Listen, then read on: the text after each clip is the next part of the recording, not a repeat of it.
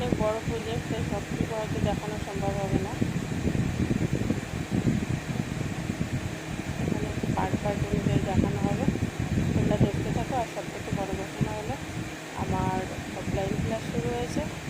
যদি কেউ ইন্টারেস্টেড থাকো তাহলে আমার সাথে যোগাযোগ করতে পারো। আমি একটা প্রচার বিমুখ মানুষ, অত প্রচারের আলোতে আসতে ভালো লাগে না, তাই যদি ভরসা করে কারো পছন্দ হয় তাহলে আমার সাথে যোগাযোগ করতে পারো।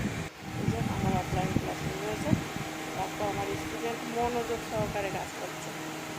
3টে চেন দেন, ভিতরে ঢুকান, বলা ভুল, এটা আমার ঢুকিয়ে ডবল ক্রোশিয়া, মানে ফার্স্টে 2টো ফেলেন, তারপরে আর 2টো থাকবে, সেটাই হলো ডবল ক্রোশিয়া। যাই হোক, সবাই ভালো থেকো, সুস্থ থেকো।